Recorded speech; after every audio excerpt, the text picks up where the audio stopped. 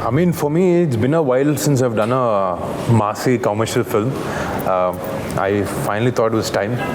I'm more of my spaced films that I was doing the last two were like quite segmented, or they were target specific.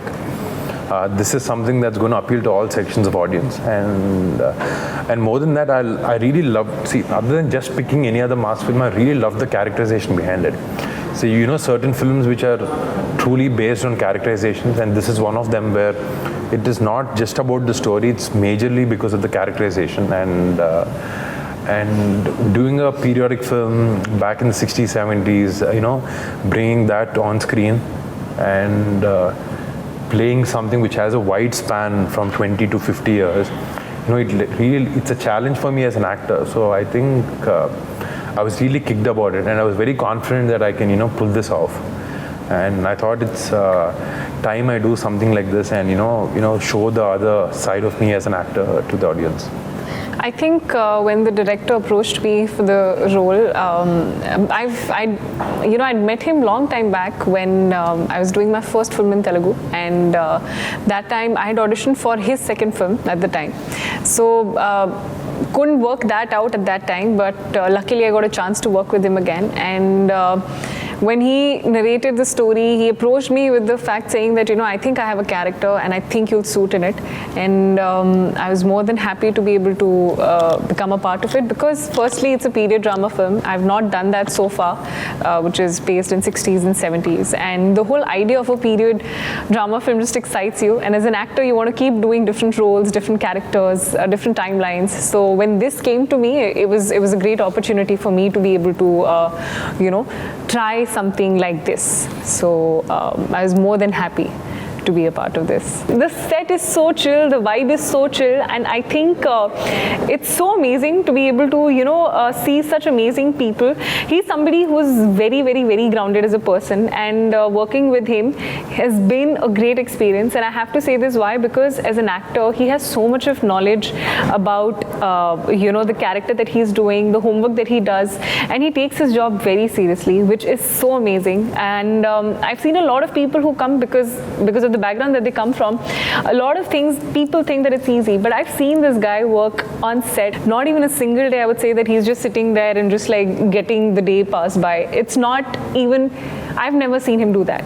So it's so commendable to see the effort and the hard work and the belief that he has in the film that he's a part of and the character that he does. And it's truly inspiring to see that.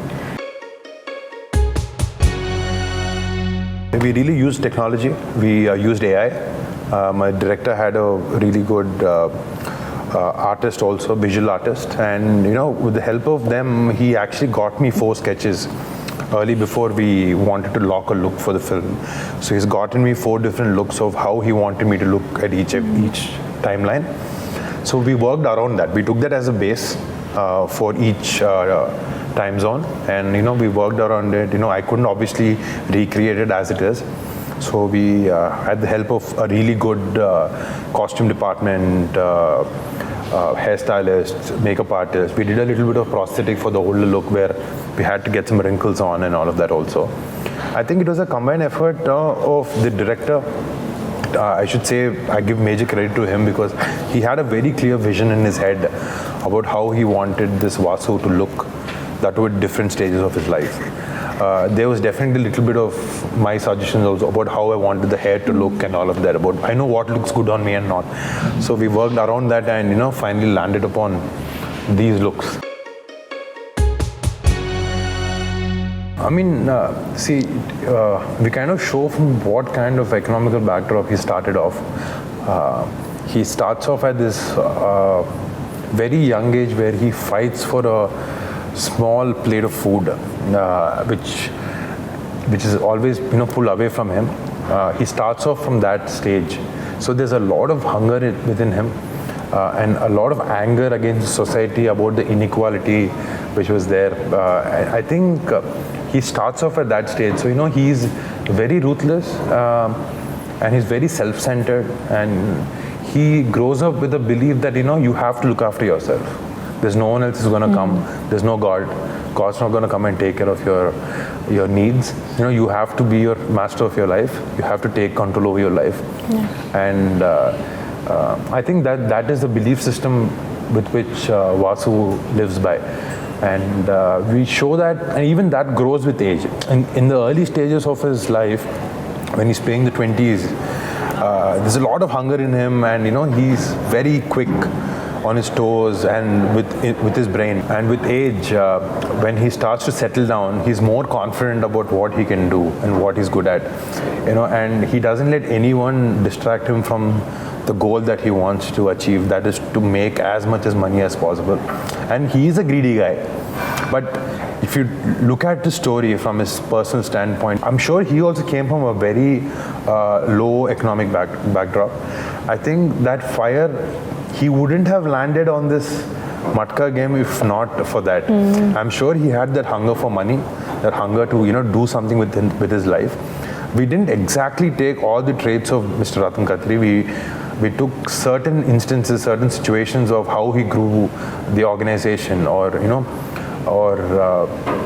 certain elements from his real story of how he built the game, or how he built this entire organization throughout the country, where there was no communication. And back in 70s, where you didn't have a telephone, he had 400. We just took a number saying that the 450 different Matka centers or punters that were there are in the country, and he used to send one number to all 450 different places every day.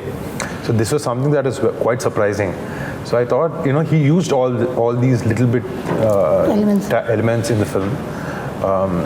And I've heard a story from a director that, he had a plea to the government back then, saying that, if they would legalize Matka, he would clear the debt on India. I don't know if it's exactly the same thing, but he's given an ultimatum, something like that. But obviously the government didn't listen to his plea. But so that shows how much power he had, or how much economically, how strong he was financially, I mean.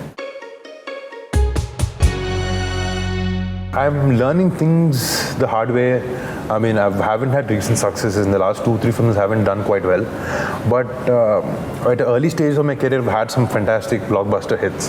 The thing is, I know life is like this. There are a lot of ups and downs. You need to just hang on there. You need to believe in certain things. If it's picking a script, or if it's the amount of work that you need to put in, it's never going to go in vain. So that struggle, it's every Friday is on its own, and every film is on its own. It's the same work that goes into every film. If the film doesn't do well, we introspect, try to understand what went wrong, and work on it, and make sure you don't repeat the same mistakes. It's a never-ending process of learning, and like a trial and error. Yeah. I mean, 60-70% there. There's still a lot more, but yes, I mean, working in the industry, I think the first thing that you'd want to do is just learn a bit about the culture, about the place you're working in, and the language is the main part of it. So I'm very grateful because so early on in my career, to be able to get the opportunity to get exposure to such great cinema, great stories, and to be able to work with such great people and amazing teams. I think it's truly a blessing. It's been a great journey so far, and I know for a fact it's just the beginning, and there's a lot more that I have to learn, that I have to do. But I'm so grateful that it happened at the right time, right place, with the right people. So I truly am lucky, actually, to be able to say, to get the opportunity to be working with such amazing people. See, initially, I'm a guy who would watch Tamil films, Hindi, Kannada, Malayalam, Telugu, everything.